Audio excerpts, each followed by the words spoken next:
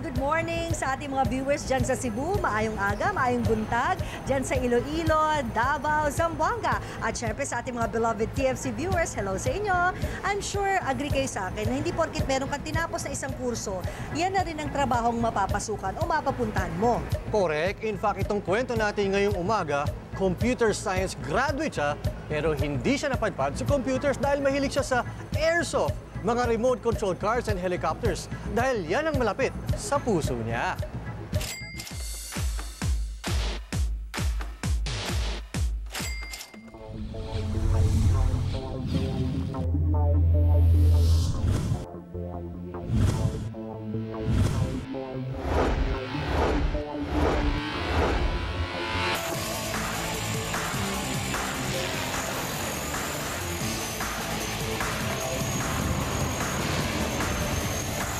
Trip mo ba ang mag-remote control cars? O helicopters kaya? Airsoft fanatic ka din ba? Kung oo ang sagot mo, lahat ng yan nandito sa X-Pro Hobby Shop. 2005 nang sinumulan ni Jason Javier ang business. Mula sa simpleng laro lang ng airsoft at remote control, di niya inakalang ito ang business na swak para sa kanya. For 2005, graduate ako as computer science and then nagbaho ako sa bangko. That time kasi ang salary ko lang is above minimum. Parang extra income ko lang. And then hindi ko naman nakalain na mag-kick siya. And then yun, medyo lumaki. Nag-focus na lang ako dito. 22 years old lang noon si Jason nang itayo niya ang X-Pro sa halagang 50,000 pesos. Pero dahil na rin marami ang nawiwili sa ganitong libangan, abay, sa loob ng 6 na buwan lamang, bawi agad ni Jason ang kanyang puhunan.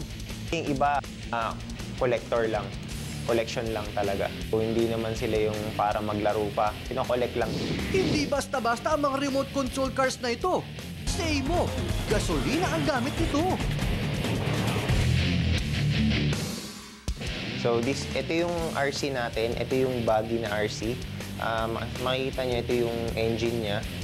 So, ginagamitan siya ng gas type, ng gas. So, ito yung gas niya.